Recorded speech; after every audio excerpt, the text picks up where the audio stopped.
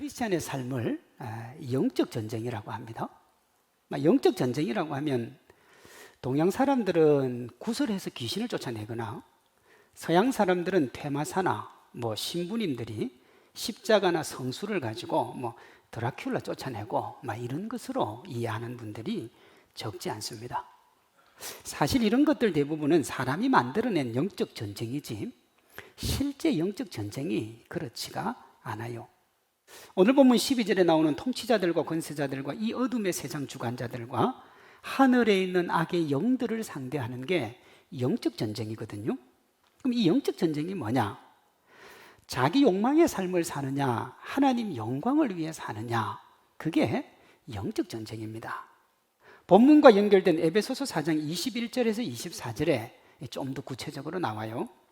진리가 예수 안에 있는 것 같이 너희가 참으로 그에게서 듣고 또한 그 안에서 가르치심을 받았을진데 너희는 유혹의 욕심을 따라 썩어져가는 구습을 따르는 옛 사람을 벗어버리고 오직 너희의 심령이 새롭게 되어 하나님을 따라 의와 진리의 거룩하심으로 지으심을 받은 새 사람을 입어라. 그래요? 여기 보면 옛 사람이 나오고 새 사람이 나옵니다. 옛 사람과 새 사람을 가르는 기준은 뭐냐? 예수님 안에 있느냐? 예수님 밖에 있느냐 하는 거예요. 간단히 말하면 예수님 믿으면 새 사람이고 예수님 안 믿으면 옛 사람입니다. 옛 사람의 모습이 4장 14절에서 5장 5절까지 나와요. 엄청나게 길지요. 요약해주면 이렇습니다. 옛 사람요, 속이고 유혹에 빠지고 온갖 교훈의 풍조에 밀려 요동하고 방탕하고 욕심이 끝이 없고 이익을 탐하고 우상을 숭배하고 거짓말하고 악하고 쉽게 분노하고 함부로 타인을 비방하고 도둑질하고 거짓말하고. 이걸 에베소서 2장 2절은 이렇게 말해요. 그때에 너희는 그 가운데서 행하여 이 세상 풍조를 따르고 공중의 권세 잡은 자를 따랐으니 영적 전쟁이잖아요. 지금 불순종의 아들들 가운데 역사하는 영이라. 영적 전쟁이 뭐라는 거예요? 거짓말하고 시기하고 질투하고 나하고 안 맞으면 다른 사람 바보 만들고, 여러분 그게 영적 전쟁입니다.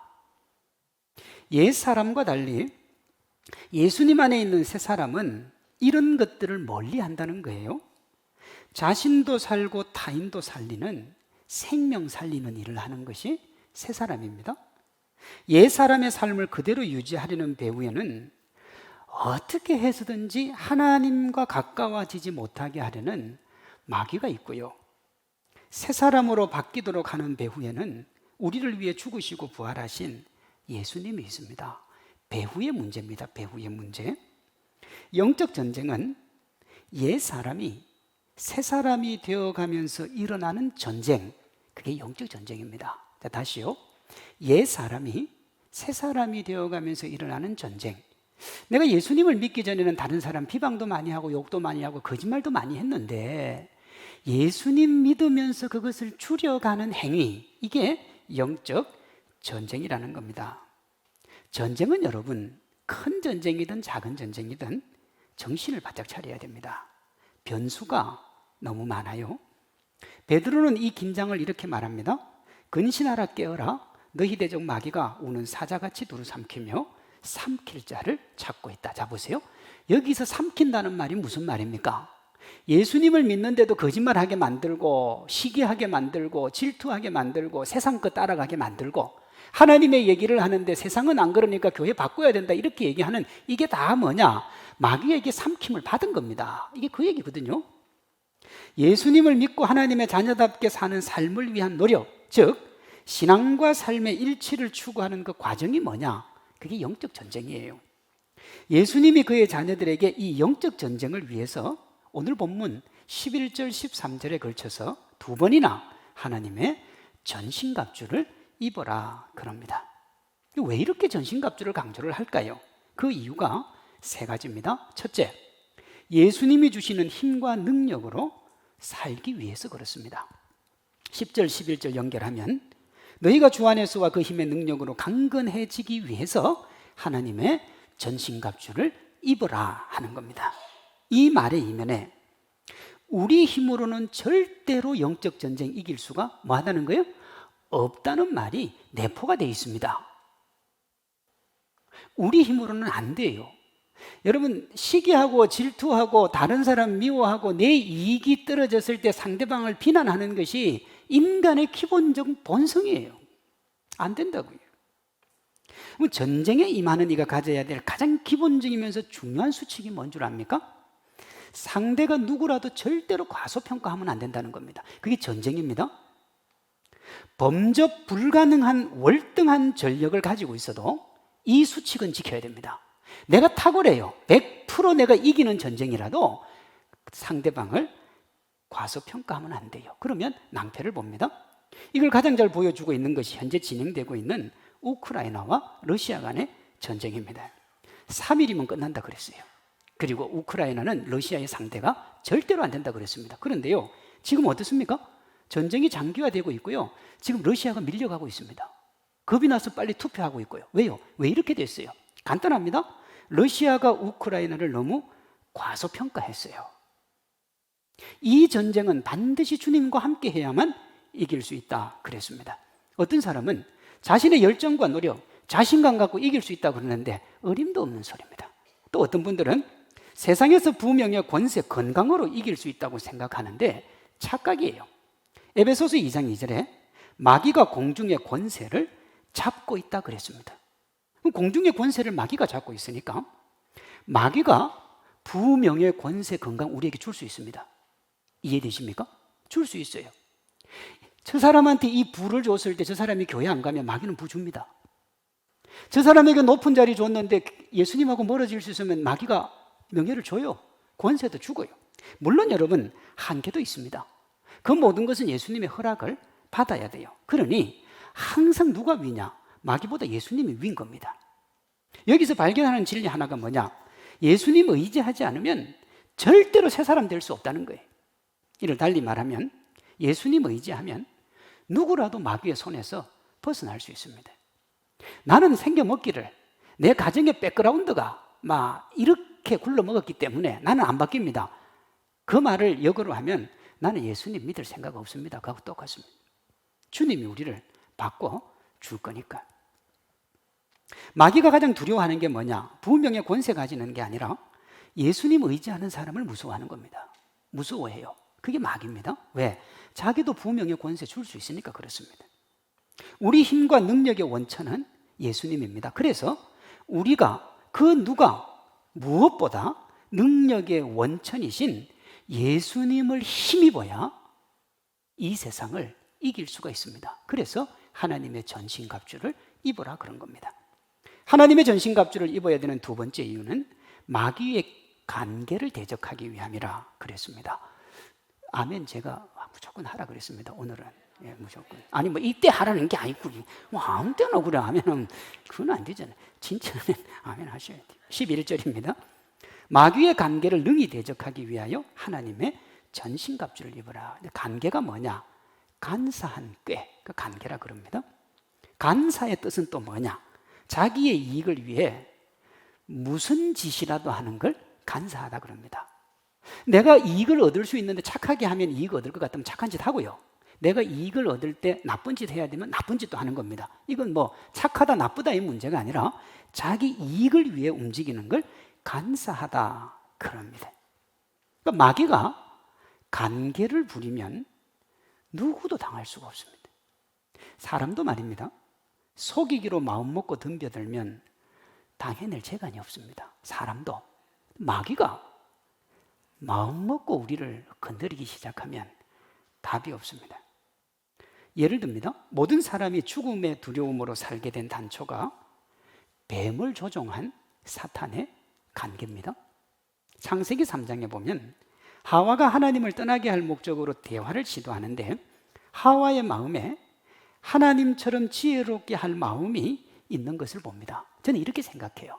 설마 하와가 자기가 하나님같이 되려고 했겠습니까? 그런 지혜를 가지고 하나님을 더 기쁘게 하려고 아마 그랬겠지요. 저는 그렇게 생각을 해요. 그런데 뱀이요, 그 좋은 마음을 하나님과 단절되어 그를 파멸시키는 대로 이용을 합니다. 마귀는 그런 존재입니다. 간사해요. 그래서 창세기 3장 1절에 보면 뱀을 간교하다 그래요. 간교의 뜻이 뭐냐 그러면 간사하고 여기에 교활한 것까지 더한 게 간사한 것, 간교한 겁니다. 간사해요. 자기밖에 모르는데 그걸 이루기 위해서 어떠냐? 교활하기까지 한 거예요. 이후 간교함은 뱀과 뱀처럼 마귀의 조종을 받는 이들의 대명사가 되었습니다. 마귀가 간사함으로 하와의 마음을 흔들었듯이 우리의 마음을 흔드는 거예요. 속이고 유혹하고 화내게 하고 분내게 하고 타인 비방하게 하고 음해하게 만드는 거예요. 세상의 가르침 따르고 욕망을 추구하고 불의한 자신의 행동을 정당화하게 만드는 거예요. 뭐라도 정당화시킵니다. 하나님은 이런 데서 크리스찬들에게 돌아서라 그래요. 세상 따라가지 말라는 거예요. 로마서 12장 2절입니다. 너희는 이 세대를 본받지 말고 오직 마음을 새롭게 함으로 변화를 받아 하나님의 선하시고 기뻐하시고 온전하신 뜻이 무엇인지 뭐 하라고요? 분별하라 그랬습니다. 하나님이 이렇게 하라고 하셔서 노력을 하는데 잘 됩니까? 안 됩니까? 안 됩니다, 여러분. 마귀도 가만히 있지 않으니까. 우리가 마귀의 관계를 간파할 수도 없고 간파할 때쯤 되면 이미 마귀의 노예가 되어 있어요. 이제 그만해야지 그러는데 돌아설 수 없는 구렁텅이에 빠져 있다고요. 이렇게 자신의 정말 아무리 노력해도 이겨낼 수 없는 그걸 이길 수 있는 유일한 방법이 뭐냐 그러면 하나님의 전신갑주를 입는 겁니다. 그러면 마귀가 공격을 못해요. 하나님의 전신갑주를 입으면 어떤 공격에도 든든하게 서게 해주시니까 전신갑주를 입으라는 겁니다. 하나님의 전신갑주를 입어야 되는 세 번째 이유는 승리한 인생을 살기 위함입니다. 13절에 하나님의 전신갑주를 취하라. 이는 악한 날에 너희가 능히 대적하고 모든 일을 행한 후에 뭐 한다고요? 선다 하는 게 승리하는 겁니다. 승리요. 우리나라 남자들은 일정한 때가 되면 군대를 갑니다. 군대 가면 매일 훈련합니다. 밤에도 훈련해요. 겨울이면 혹한기 훈련을 합니다. 지금은 안 그런데 옛날에 어떤 분이 저보고 그랬어요. 목사님 군대 갔다 왔어요. 예, 그러면 방위 갔다 왔습니까? 아니요. 저는 대한민국 육군 갔다 왔습니다. 육군 26개월 7일 동안 제가 근무를 열심히 했습니다. 거기서 제가 동상도 걸렸고요. 발에. 그래서 아직 지금도 영하 5도 이상 떨어지면 발이 가려워요. 그리고 이런 얘기해서 죄송한데 무좀도 제가 거기서 영광스럽게 얻어서 지금도 여름만 되면 가려워서 죽을 맛이에요. 겨울에 혹한기 훈련할 때 그렇게 되는 겁니다. 오늘은 전쟁이니까 군대 얘기 좀 해도 봐주시기를 그래 바라겠습니다. 험난한 지형을 움직이는 유격 훈련도 하고 장거리 행군도 합니다. 40km요. 밤새도록 군장 메고 전투식량 먹으면서 막 걸어갑니다. 어떤 사람은 왜 하느냐 그러고 죽겠다 그러고 난리도 아닙니다. 왜 합니까? 전쟁이 일어났을 때 승리하기 위해서 하는 겁니다. 고단하고 힘들지만 매일 훈련하고 밤에도 훈련하고 혹한기 훈련하고 유격 훈련하고 장거리 행군하고 또 가을 되면 진지 구축하는 이유가 뭐냐? 전쟁 때 이기기 위해서 하는 겁니다. 제가 파주에서 군생활을 했는데 이 별을 다 베고 나면 논바닥에다가 장갑차가 못 오도록 쥐레를 심습니다. 엄청나게 큰 겁니다. 왜냐하면 대전차 방어벽도 있고요. 제가 군대에 제대한 지가 한 26년 됐습니다. 제법 됐어요. 그런데 여전히 제가 외우고 있는 게 하나 있습니다. 군대에서 외우게 하는 것 중에 육군 복무신조라는 게 있습니다. 우리는 국가와 국민의 충성을 다하는 대한민국 육군이다. 이렇게 시작을 합니다. 근데 그 중에 4개가 있는데 4개 다 못 외우고 하나는 제가 외워요. 뭘 외우느냐? 우리는 실전과 같은 훈련으로 지상전에 승리자가 된다 하는 문구가 하나 있습니다. 그 훈련을 할 때 어떻게 한다는 겁니까? 실전처럼 하는데 왜 하느냐? 승리하기 위해서 하는 겁니다. 영적 전쟁도 마찬가지지요. 당연히 하나님의 전신갑주를 입는 이유도 승리하기 위해서 하는 겁니다.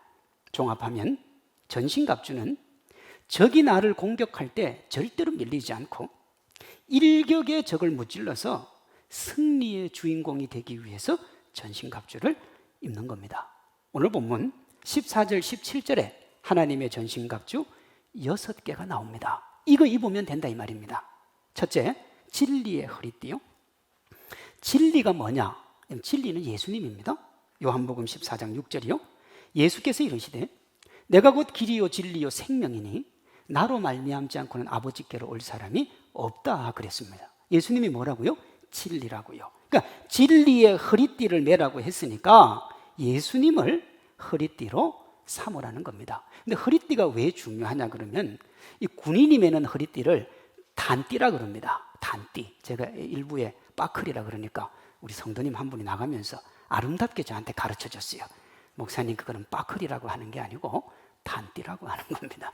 그래서 제가 2부부터는 바르게 가르쳐 단띠. 근데 이 단띠를 딱 차면 여기에 뭘 차느냐?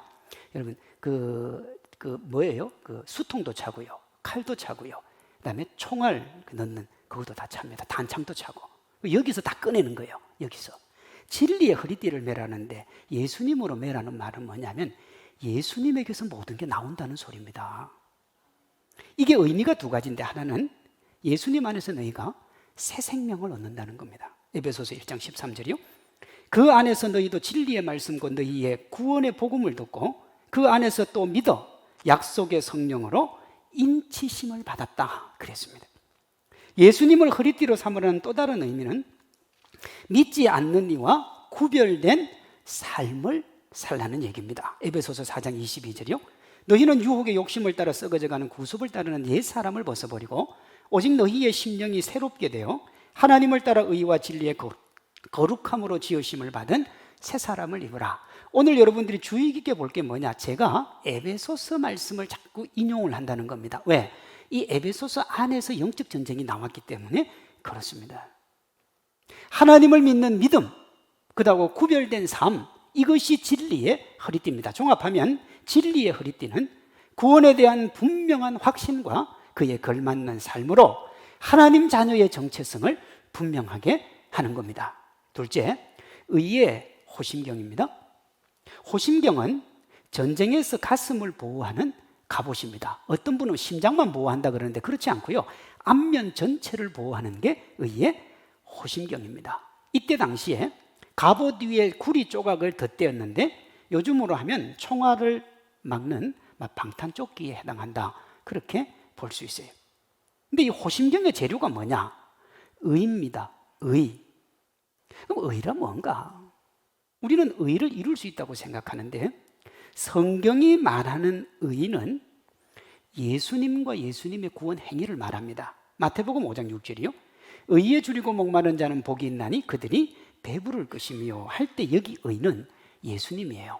그러니까 의에 호심경을 붙인다는 말은 뭐냐면 예수님으로 우리를 막는다, 예수님으로 우리를 입는다, 아니면 예수님으로 우리를 감싼다 하는 말이 되는 거예요. 예수님이 우리를 구원으로 인도하는 유일한 분임을 믿고 확신하는 게 뭐냐? 의의 호심경입니다. 베드로는 사도행전 4장 12절에서 이걸 이렇게 말합니다.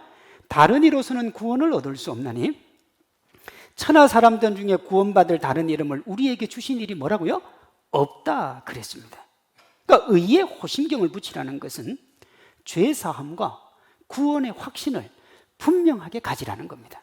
셋째, 평안을 주는 복음의 신입니다. 오늘날은 전쟁에서 제일 중요한 게 공중전 아니면 해상전입니다. 해상 밑에도 있고요. 그러니 사실은 걷는 게 딱히 중요하지는 않아요. 그러나 고대 전쟁은 대부분 걸어서 이동하는 겁니다. 걸어서. 그러니 신발이 중요합니다. 거친 길, 눈길, 산맥을 넘고 강을 건너고 빗길과 진흙을 통과하는데 제일 중요한 게 신발입니다. 여러분, 신발요. 예수님은 이것을 태어나서 죽을 때까지 해야 되는, 죽어야 끝나는 영적 전쟁에 적용을 합니다. 우리 인생길이 뭐라는 겁니까? 희노애락의 인생길이에요. 항상 기쁨만 있지 않고요, 항상 슬픔만 있지 않아요. 기쁨과 슬픔, 아픔과 고통이 끊임없이 반복되는 것이 인생입니다. 이 인생길을 살아갈 때 너희가 어떤 신을 신어야 되느냐 그러면 평안의 신을 신어야 된다는 겁니다. 근데 인생을 살아가는 대부분의 사람이 무슨 신 신기를 원하냐 그러면 편안의 신을 신기를 원해요. 편안하기를 원하죠. 근데 여러분 알고 있습니까? 전 세계에서 가장 부강한 나라가 미국입니다. 이 잘 사는 미국이요, 전 세계 정신과 약의 60%에서 70%를, 아니 50%에서 60%를 소화를 합니다. 근데 잘 사는데요. 미국 사람들 편안해요. 걱정할 것도 없어요.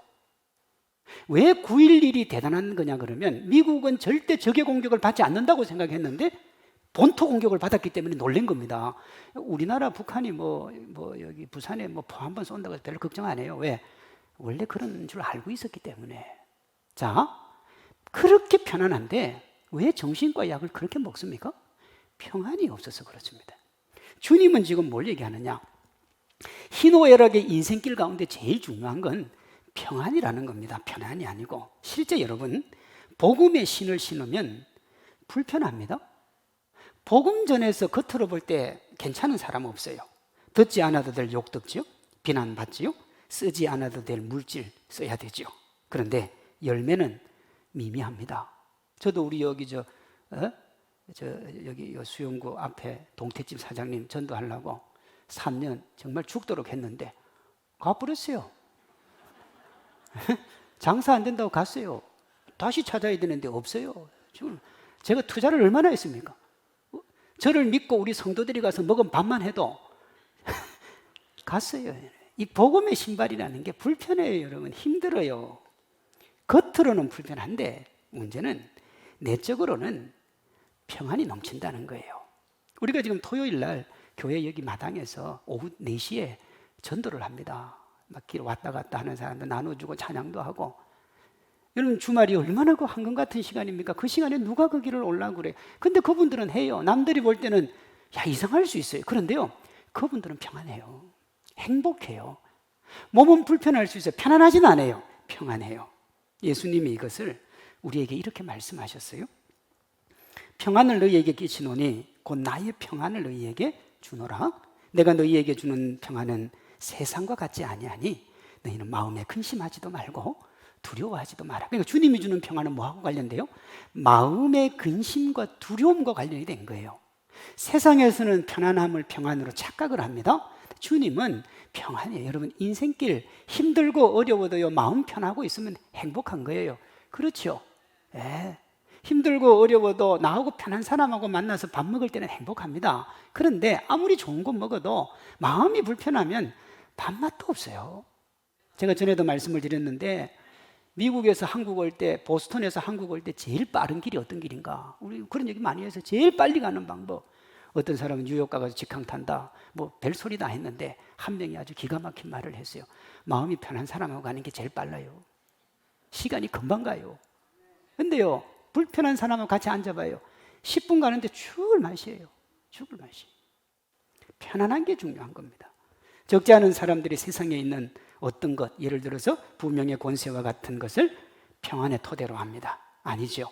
참된 평안의 토대는 예수님이 십자가와 부활로 우리에게 주신 생명의 복음입니다. 이 복음이 우리가 어디를 가든지 어떤 상황에 처하든지 평안으로 붙들어주고 담대하게 나아갈 힘을 주는 겁니다.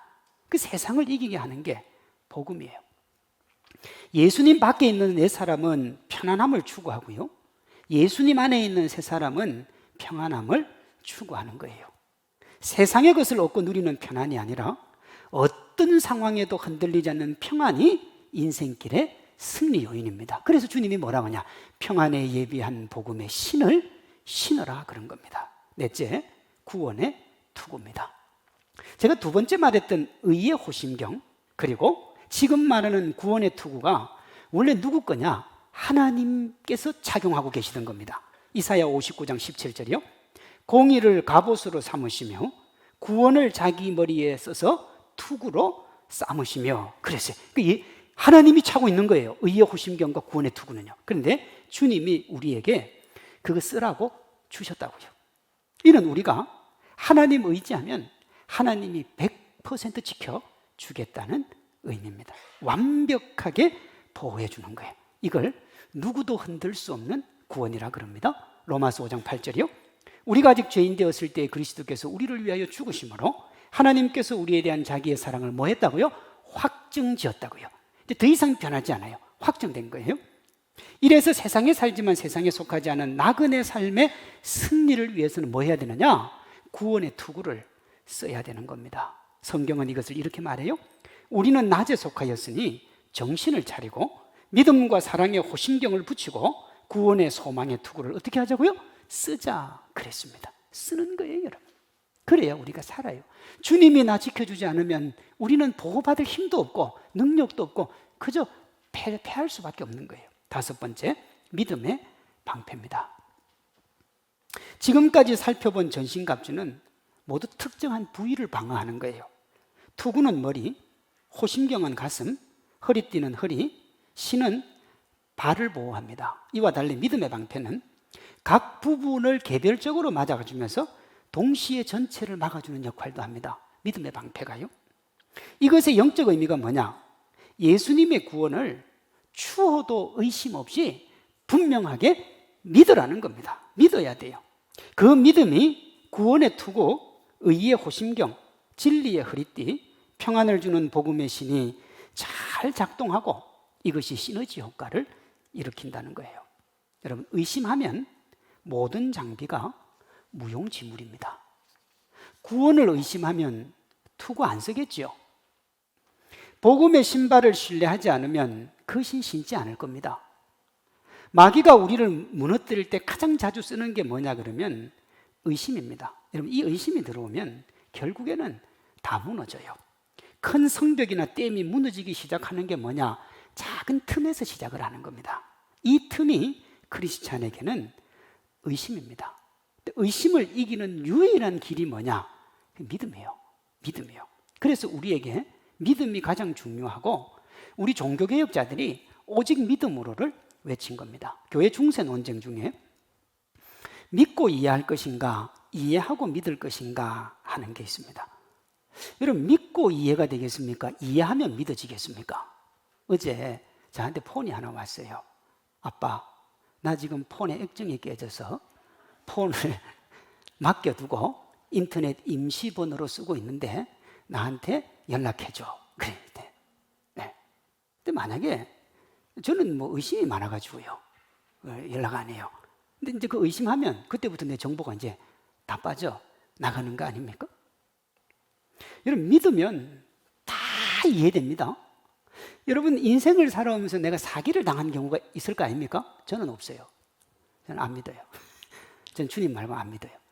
근데 사기 당하는 이유가 뭐냐 그러면 믿어서 그렇습니다. 주님은요, 사람 믿지 말라고 그래요. 사실 사람을 제일 안 믿는 분이 누구냐 그러면 하나님이 우리 안 믿습니다. 얼만큼 안 믿냐? 예수님이 십자가에 못 박혀 대신 돌아갈 만큼 우리 안 믿습니다. 그걸 아셔야 돼요. 안 믿어요. 안 믿으니까 어떻게 해줘요? 사랑해 준 겁니다. 우리도 어떻게 해야 돼요? 사랑하라 그랬잖아요. 너희가 서로 사랑하다. 사랑하라는 배경에는 뭐가 있느냐? 너희들 믿을 존재 못 된다는 거예요. 못 돼요. 그러니 믿음의 유일한 대상이 누구냐 그러면 하나님이요. 그래서 그게 믿음의 방패인 겁니다. 믿음의 방패. 주님만큼은 분명하게 믿으라는 겁니다. 믿어야 돼요. 주님 의심하면 답이 없어요. 그래서 어떤 목사님은 이걸 뭐라고 했냐? 엎어놓고 믿으라고 했어요. 엎어놓고. 믿으면 안 되죠. 그러나 주님은 믿으라 이거예요. 뭘 보고요? 너희를 위해서 이미 주님이 십자가에서 죽어진 사실이 있지 않냐? 그것 보고 믿으라는 겁니다. 결코 흔들리지 않는 믿음의 방패를 가지는 우리 모두가 되기를 소망합니다. 여섯 번째 성령의 검인데 17절은 이걸 말씀이라고 그랬습니다. 지금까지 살펴본 다섯 가지 무기는 다 방어용 무기입니다. 방어밖에는 못해요. 그런데 이 여섯 번째 무기는 공격과 방어를 동시에 할 수 있습니다. 그렇죠? 어떤 분은 공격용 무기라고 그러는데 여러분, 칼은 공격만 하지 않습니다. 방어도 해요. 그런데 여기 검이라 그랬죠. 칼은 두 종류가 있습니다. 한 면만 날이 선 것을 칼이라 그러고 양면이 날이 선 것을 검이라 그럽니다. 17절에 검으로 번역된 헬라어가 마카리아인데 이 마카리아가 칼이 아닌 검입니다. 그러니까 말씀이 뭐라는 거예요? 양쪽에 날이 서 있기 때문에 어떻게 찔러도 이긴다는 겁니다. 완벽하게 이기는 거예요. 그럼 왜 바울이 이 검이라는 단어를 썼을까? 에베소서가 옥중서신입니다. 감옥에서 쓰였어요. 그리고 1세기 당시에 로마가 지중해를 정복하고 세계 최강국으로 군림하고 있을 때입니다. 그때 로마를 로마되게 만들었던 검이 글라디우스라는 거다. 글라디우스. 이게 검입니다. 근데 이 검이 뭐냐? 양날이 서 있는 검이에요. 그래서 우리가 영화 볼 때요, 글래디에이터 봤잖아요. 글래디에이터. 검투사. 왜 그게 검투사냐? 양날의 검을 들고 있었기 때문에. 사도 바울이 보니까 이 양날의 검으로 로마가 지중해를 평정하고 이 군대가 가는데 막았을 군대가 아무것도 없더라는 겁니다. 그걸 이제 생명의 말씀에 적용을 한 거예요.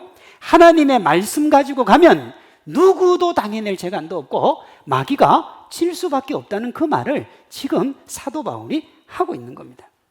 실제 여러분, 말씀이 영적 전쟁의 배후인 사탄을 이기는 걸 누가 보여줬느냐? 예수님이 보여주세요. 마태복음 4장이요.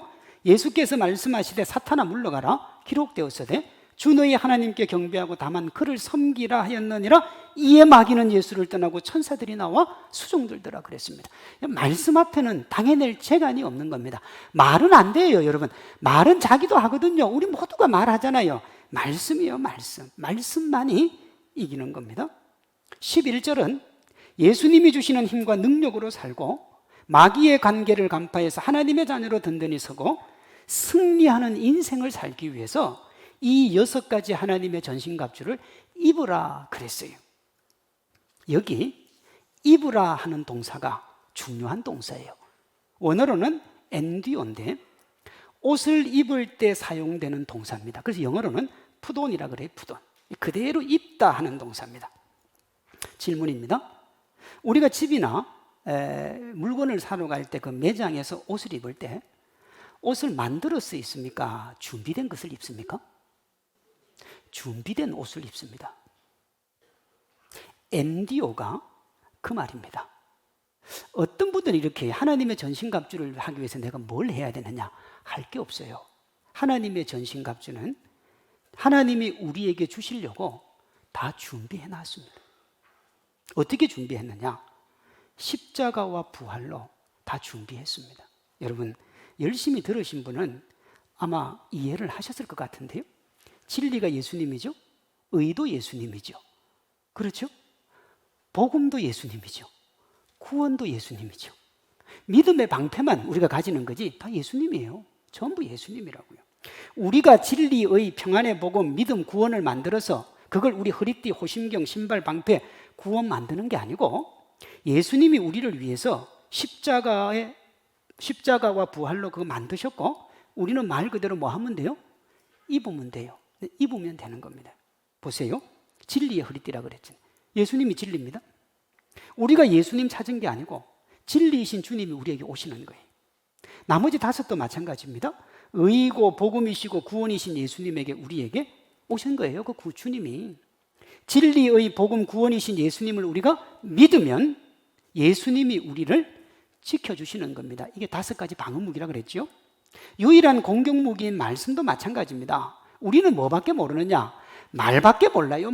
여러분, 말은 많이 하면 많이 할수록 상대방을 죽이게 돼 있어요. 그렇죠? 그래서 가능하면 말은 어떻게 하라는 거예요?